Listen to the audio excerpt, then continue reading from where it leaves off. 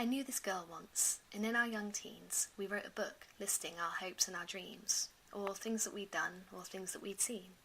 Colours and pictures that gleamed through the everlasting pages, all the words we created, yet the whole time we wrote I was more than frustrated. Because I was honest in every sentence I jotted in these pages, of heartache and mishaps and puberty stages, or feeling like I wasn't quite like the other young people surrounding my life.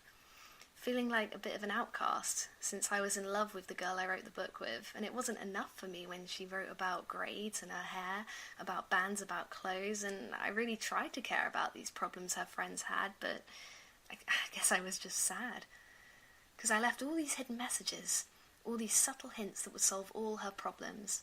But since she was dating the boy from the school opposite mine, she knew not of my anagrams, acrostics, or rhymes. And this boy, he was a pro at hiding emotion, and though his devotion to her was true, he was manic-depressive, bipolar, aggressive, and didn't hesitate to throw a punch at the girl that I knew. And I would say, please, just leave him. And she'd say no. I'd question why. Because if I leave, he's threatened to die. He claimed he'd overdose, drown, or jump off a cliff, so she was stuck in this blackmailed relationship. So, you see, I just had to save her. Find my armour and fast. I'd protect her and I'd keep her safe in my arms. Because a whole year had passed, and this love was still so pure, I could feel it roaring in my heart. So I took a final attempt and went right back to the start. I ran against sea air, the spray and the sand, with a torn and abandoned book in my hand.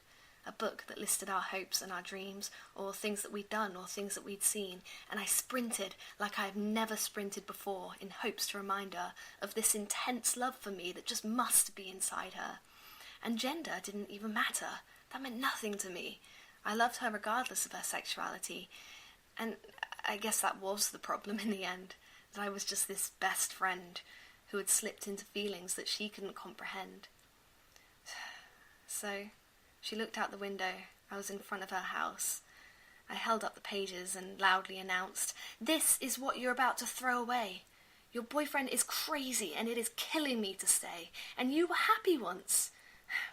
We would have been amazing together because I'm in love with you and I..." And then she closed the window. So I waited all night in the dark of her driveway to resolve the fight, but she never came out. It was all wishful thinking that we could be together. These feelings were intense, and it never made sense why she could love someone like him over me. So when I looked back to the sea, where I ran to proclaim all I had, armed with a scrapbook covered in sand, it was a book that listed our hopes and our dreams, and it was written all about her, and not about me.